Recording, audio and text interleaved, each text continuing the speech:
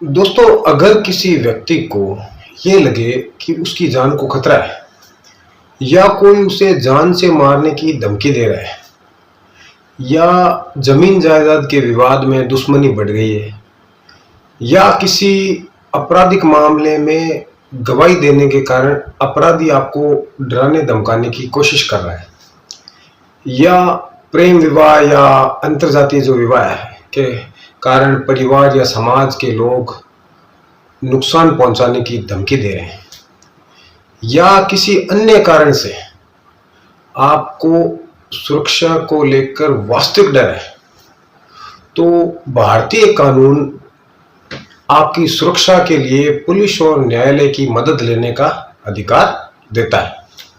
इसका सबसे बड़ा आधार भारत के संविधान का अनुच्छेद 21 है, जो प्रत्येक व्यक्ति को जीवन और व्यक्तिगत स्वतंत्रता का अधिकार देता है। इसका अर्थ केवल जीवित रहने का अधिकार नहीं है, बल्कि सुरक्षित और सम्मानपूर्वक जीने का अधिकार भी है। उदाहरण के लिए मान लीजिए रमेश अपने पड़ोसी से जमीन का विवाद चल रहा है। विवाद के दौरान पड़ोसी कई बार कह चुका है कि अगर जमीन का केस वापस नहीं लिया तो तुझे जान से मार दूंगा। कुछ दिन बाद रमेश को रात में फोन पर धमकियां मिलने लगती है और उसके घर के बाहर संदिग्ध लोग घूमते दिखाई देते हैं। ऐसी स्थिति में रमेश को डर कर चुप नहीं बैठना चाहिए, बल्कि सबसे पहले नजदीकी पुलिस थाने में जाकर एक लिखित शिकायत देनी चाहिए। शिकायत में आप पूरी घटना, धमकी देने वाला व्यक्ति है उसका नाम या फोन नंबर, उसका तारीख, टाइम, कोई सबूत है जैसे कॉल रिकॉर्डिंग है, व्हाट्सएप चैट है, वीडियो फोटो है या कोई गवाह है तो उसका विवरण दे दो। यदि धमकी जान से मारने की है तो भारतीय न्याय संहिता 2023 की धारा 351 यानी कि क्रिमिनल इंटिमिडेशन लागू हो जाएगी, जो किसी व्यक्ति को डराने या नुकसान पहुंचाने की धमकी देने को अपराध मानती है। यदि मामला गंभीर है तो अन्य धाराएं भी लागू हो सकती है। शिकायत देने के बाद पुलिस का कर्तव्य है कि वह मामले की जांच करे और खतरे की गंभीरता का आकलन करे। यदि खतरा तत्काल है, जैसे कुछ लोग हथियार लेकर आपके घर के बाहर खड़े हैं या हमला करने की कोशिश कर रहे हैं, तो आप तुरंत 112 यानी आपातकालीन हेल्पलाइन नंबर पर कॉल कर सकते हैं। पुलिस मौके पर पहुंचकर आवश्यक कार्रवाई करेगी। अब मान लीजिए रमेश थाने में शिकायत देता है, लेकिन थाना प्रभारी उसकी शिकायत को गंभीरता से नहीं लेता या कोई कार्रवाई नहीं करता। ऐसी स्थिति में कानून रमेश को अगला कदम उठाने का अधिकार देता है। वो भारतीय नागरिक सुरक्षा संहिता 2023 की धारा 173 क्लोज 4 के तहत जिले के पुलिस अधीक्षक यानी कि एसपी को लिखित शिकायत भेज सकता है। दोस्तों, एसपी के पास अधिकार होता है कि वो शिकायत की जांच करवाए और आवश्यक कार्रवाई के आदेश दे।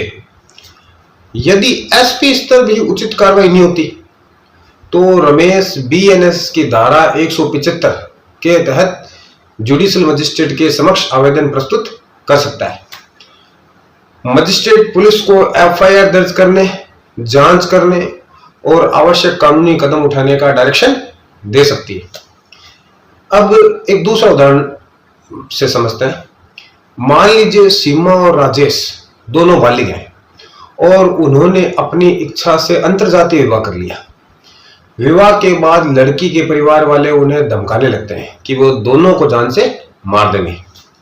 दोस्तों, ऐसी स्थिति में सुप्रीम कोर्ट का महत्वपूर्ण जजमेंट है लता Singh versus state of Uttar Pradesh और एक है शक्ति वाहिनी वर्सेज यूनियन ऑफ इंडिया।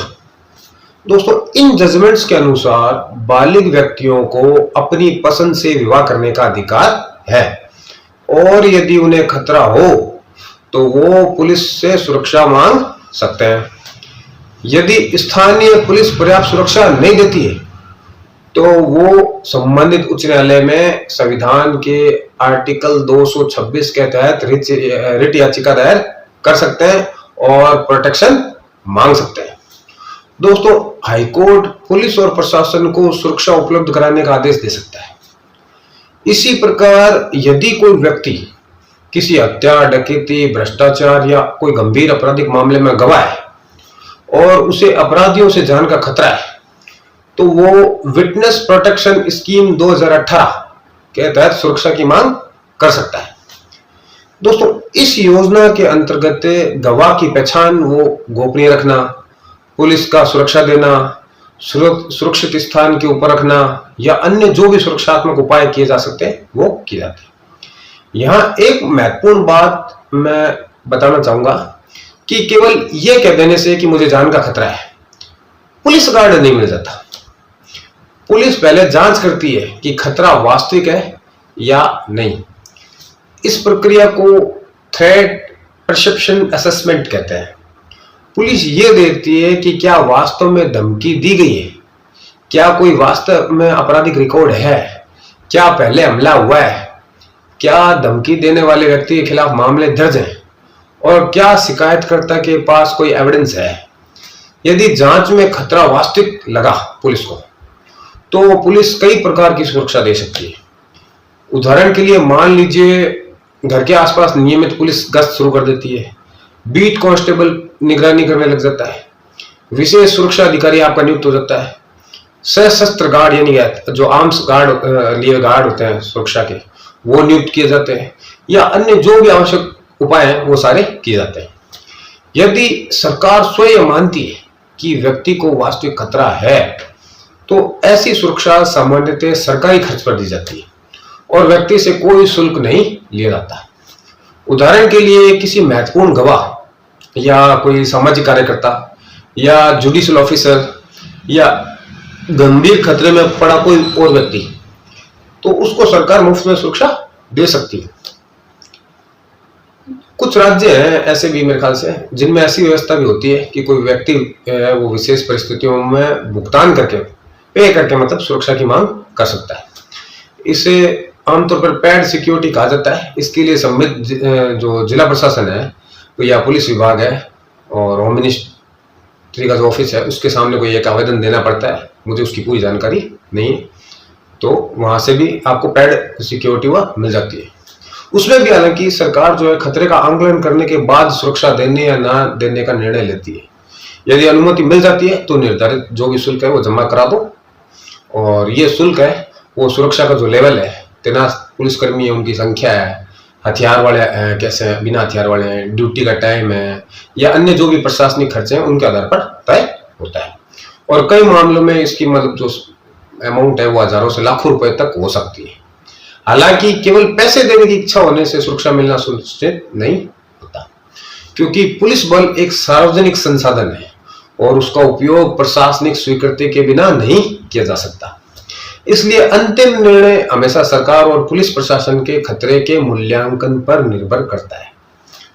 व्यवहारिक रूप से यदि किसी व्यक्ति को जान का खतरा महसूस हो तो सबसे पहले सारे जो एविडेंस हैं वो उनको इकट्ठा करो, सुरक्षित रखो, लिखित शिकायत दो, शिकायत की प्राप्ति रसीद लो, अगर अर्जेंट आवश्यकता है तो 112 पर कॉल कर लो, फिर भी काम नहीं हुआ तो एसपी को शिकायत भेज दो, फिर भी नहीं हुआ तो मजिस्ट्रेट के सामने एप्लीकेशन फाइल कर दो, और यदि खतरा गंभीर हो तथा पुलिस कार्रवाई नहीं कर रही हो तो हाईकोर्ट में सुरक्षा पिटीशन यानी कि आर्टिकल 226 की जो रिट है वो लगा दो।